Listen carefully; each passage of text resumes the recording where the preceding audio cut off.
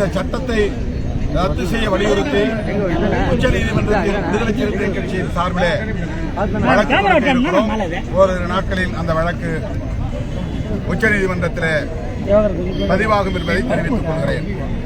ஆளுநர் ஆர்.என். ரவி அவர்கள் தமிழ்நாடு சட்டமன்றத்தில் நிறைவேற்றப்பட்ட பல்கலைக்கழக மசோதாக்கள் அனைத்தையும் கிடப்பிலே போட்டு வைத்தார்.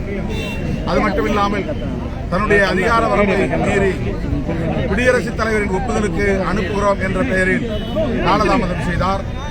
இன்றைக்கு உச்சநீதிமன்றம் அதை கண்டித்திருப்பதோடு அந்த 10 சட்ட மசோதாக்களையும் ஏற்கிறோம், அதை சட்டமாக்குகிறோம் என்று தீர்ப்பளித்திருப்பது வரலாற்று முக்கியத்துவம் வாய்ந்த ஒரு தீர்ப்பு. இது ஆளுநர் ஆர்.என். ரவி அவர்களுக்கு புகட்டி இருக்கிற ஒரு பாடம்.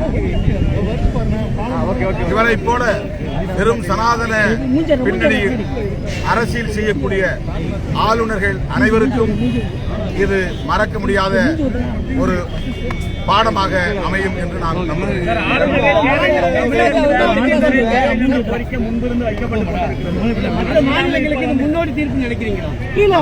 மற்ற மாநிலங்களுக்கு என்பதை விட ஆர்.என். ரவியை போல RSS சிந்தனைகளோடு செயல்படக்கூடிய அனைவருக்குமான ஒரு பாடம். இன்னும் சொல்ல போனால் இது ஒரு மூக்குடைப்பு என்றுதான் சொல்ல வேண்டும். ஆர்.என். ரவிக்கு உச்சநீதிமன்றம் மூக்குடைப்பு செய்திருக்கிறது. இது அவருக்கு ஒரு பாடம். மக்களால் தேர்ந்தெடுக்கப்பட்ட உறுப்பினர்கள் கொண்டு வரக்கூடிய பல்வேறு விஷயங்களை கொண்டு வராங்க. ஆளுநர் வந்து தடுக்கிறது என்ன பலதர கேள்வி எழுப்பியிருக்காங்க. அதற்கு இந்த தீர்ப்பை நீங்க எப்படி எடுத்துக்கிறீங்க? ஆளுநருக்கான அதிகாரம் இல்லை அப்படின்றது எடுத்துக்கலாமா?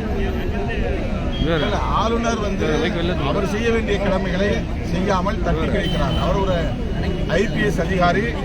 ஆனால் அவர் ஜனநாயகத்தை மதிக்கவில்லை, சட்டத்தை மதிக்கவில்லை. தான் கற்ற சனாதன அரசியலை மட்டுமே அவர் உயர்வாக கருதுகிறார் என்பது அவருடைய அணுகுமுறைகளிலிருந்து தெரிய வருகிறது.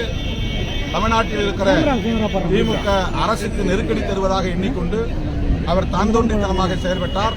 அதற்கு உச்சநீதிமன்றம் தக்க பாடத்தை போட்டிருக்கிறது. நீட் தேர்வுக்கு மீண்டும் இது போன்ற ஒரு ஒப்பந்தத்தை அனுப்ப முடியுமா? அப்படி அனுப்பினால் ஆளுநர் அதற்கு பரிந்துரை செய்தாக வேண்டிய கட்டாயம். 9ஆம் தேதி அதற்கான அனைத்து கட்சி கூட்டத்தை மாண்புமிகு முதல்வர் அவர்கள் கூட்டியிருக்கிறார். அதிலே கலந்து பேசி முடிவெடுப்போம்.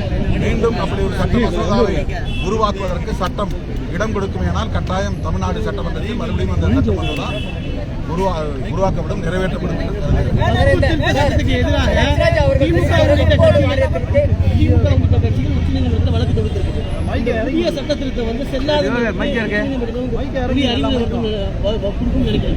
இன்றைக்கு பல்கலைக்கழக மசோதாக்களுக்கு ஒரு புரட்சிகரமான தீர்ப்பை உச்சநீதிமன்றம் வழங்கியிருப்பதை கூட இந்த சட்டத்தையும் செல்லாது என்று அறிவிப்பதற்கு வாய்ப்பு இருக்கிறது.